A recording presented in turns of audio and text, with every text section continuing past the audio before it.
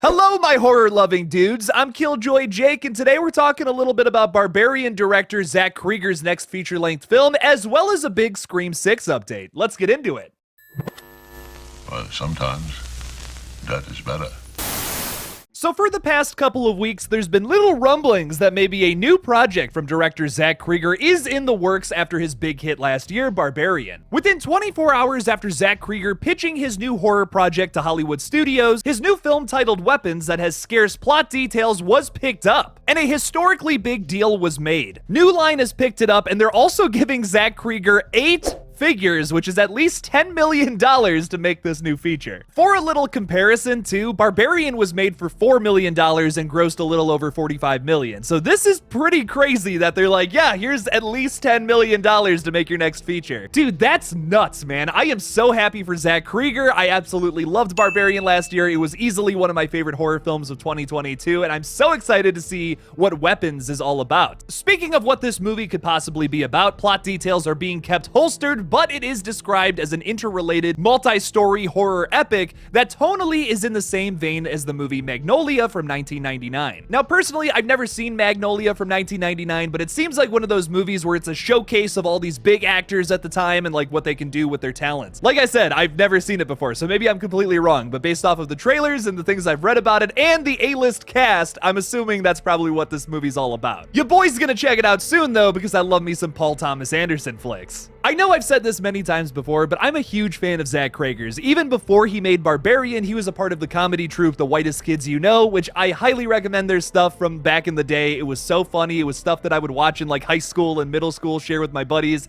Very funny stuff from them. Now, I know what you're saying. Kyle, I already got a cum rag at home, but the Jizzle is not your ordinary cum rag. It's designed using space-age technology. I'm so happy that Barbarian was such a success, and I'm really excited to see whatever the heck he works on next. Production is rumored to start later this year, and I'm assuming we'll either get the film in late 2024 or early 2025. And you absolutely know your boy is gonna do a review on it. Alright, but now let's get into a Scream 6 update, since y'all probably just skipped to this part of the video anyways. I'm just saying y'all should watch those fun little stories at the very beginning of my videos. You might find that you're interested in what I'm talking about. Maybe. Alright, but now I want to talk a little bit about a brand new Kevin Williamson interview, mostly where he's talking about his new movie Sick, which I did a little review of that is up here there. But he also talks a little bit about the upcoming Scream film, his thoughts on it, and how much involvement he had in the creative process. So I'm skipping through a lot of the Sick stuff in this interview because he talks a lot about that movie, how excited he is to be putting that out, but then he also kind of talks a little bit about Laurie Strode's story arc in the new Halloween trilogy, to which he hilariously responds with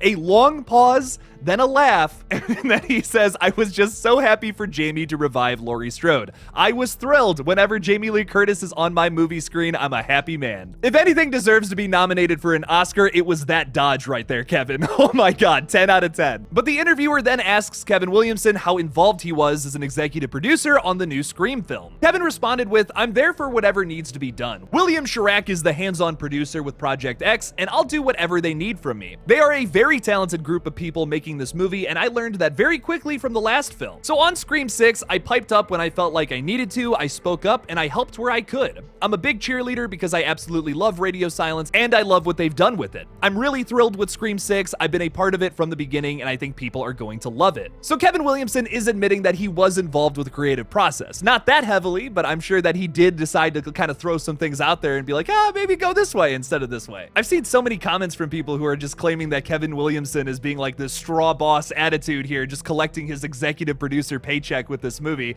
And I'm like, that's crazy, man. If you were the creator of this super successful horror franchise and they're on the 6th entry of it, sure, you might not be writing it, but you're telling me you wouldn't be interested creatively in whatever the heck they're doing with it? What kind of creative wouldn't want to be involved with this project? Like, I don't know. That's just a nutty argument in my opinion. Knowing that he is involved with the creative process makes me very happy though, just like how he was with Scream 5. The way Kevin writes characters especially is one of those like big standouts for me. I just love it. It's where I've taken a lot of my inspiration from just writing characters. 10 out of 10. Love the way he writes characters and chase scenes. Kevin is then asked if Wes Craven would be happy with Scream 6 if he was alive. Williamson responds with, "It is some signature moves that Wes would have done himself." Ooh, high praise. I feel like they've elevated themselves. They took what they did in the last one and turned it up a notch. I'm just so thrilled. It's so much fun. It's a beautiful sequel. This is Scream 6. So it could have gone in a different direction, but it didn't. It went in the right direction. Scream 6 feels fresh and new, and it changes a lot. Kevin Williamson talking up this movie and praising it so much really bodes well for this new movie. I mean, listen, anyone who's involved with the project is going to talk positively about it, especially if they're getting paid. But I also feel like there's a passionate stake in it for Kevin because this is like the franchise that made him so famous. Like if they were doing a new I Know What You Did Last Summer, he might be, he might be excited for that, of course, but like this is Scream, man. This is his big thing, this big #1 hit. If there's any project that people are gonna remember him by, it's absolutely gonna be Scream from 1996. I also like that he throws in at the end here that it changes a lot. That makes me very happy. I want to see some big changes for the Scream franchise with this movie. A lot of those changes have already been made apparent in the trailer too, and a lot of them are for the better in my opinion. It looks much darker, way grittier. We have a cool new Ghostface mask too. So many big things for this new movie. I cannot wait for March 10th. Then getting into kind of a darker question here, the interviewer asks, how does it feel to be the first Scream movie without Neve Campbell? Kevin responds with, well, it's different. It's a change. But we still have Gale Weathers. It's sad, of course. I wish she was a part of it. But one of the things of not having to service your legacy character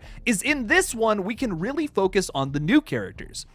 I feel when I'm watching this movie, I'm much more wrapped up in the sister storyline, Sam and Tara specifically, the ones that survived Woodsboro from the last film, and how they moved to New York. I really get emotionally caught up in their stories. There's a lot of time spent developing who they are in their relationships with each other. Not to say that I wouldn't like to see Sidney Prescott show up in another one. Maybe we'll see one day. Anything's possible. I completely agree with everything Kevin Williamson said here. I haven't even seen Scream 6 yet, but I know that not having to force certain characters into a storyline is ultimately just going to make it easier to write something. I mean, think about if you're writing an original movie, right? You have a storyline with some characters in the middle of it and some shit happens, essentially. Like, pretty much every single time for most movies, I would say. Trying to write a requel is a little different because you do have to write an original story, but you also have to write a continuation of the past movies into this one. So it's a little tougher and it typically gets a little messier. I'm excited for Scream 6 to kind of break the requel molds and not exactly have to focus on as many legacy characters. Like, just having Gale Weathers in there, I don't think that's going to be as hard as having to incorporate 3 whole characters from the past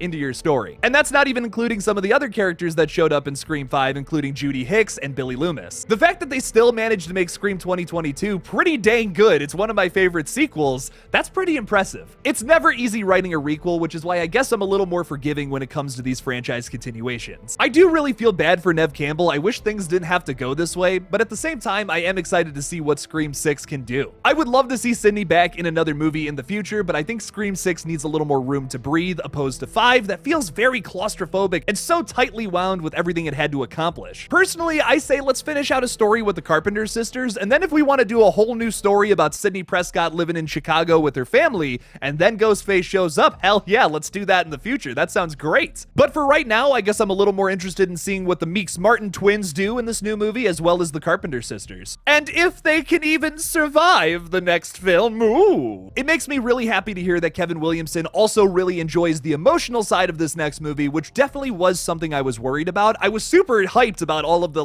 gore and blood apparently in this movie. They're stepping it up. They're making Ghostface scarier, which I love. I was a little worried though that maybe they lose the emotional side to things. So the fact that it has Kevin Williamson's approval here has me very, very happy. I don't know, man. Every single time Kevin Williamson does one of these interviews, I get even more excited for Scream 6 and I want to meet this guy even more every time. The way that this guy's writing has shaped horror nowadays too and totally revived the slasher genre is super impressive, and he will definitely go down as one of the greats. So what do y'all think about this brand new Kevin Williamson interview as well as the upcoming Scream film? Leave me something about it in the comments below. Thank you all so much for watching this brand new Scream 6 update. Don't forget to like this video and subscribe for more horror content in the future. Please consider supporting me on Patreon by clicking on that link in the description below. Thank you all again for watching, and as always, don't forget to kill it out there, y'all.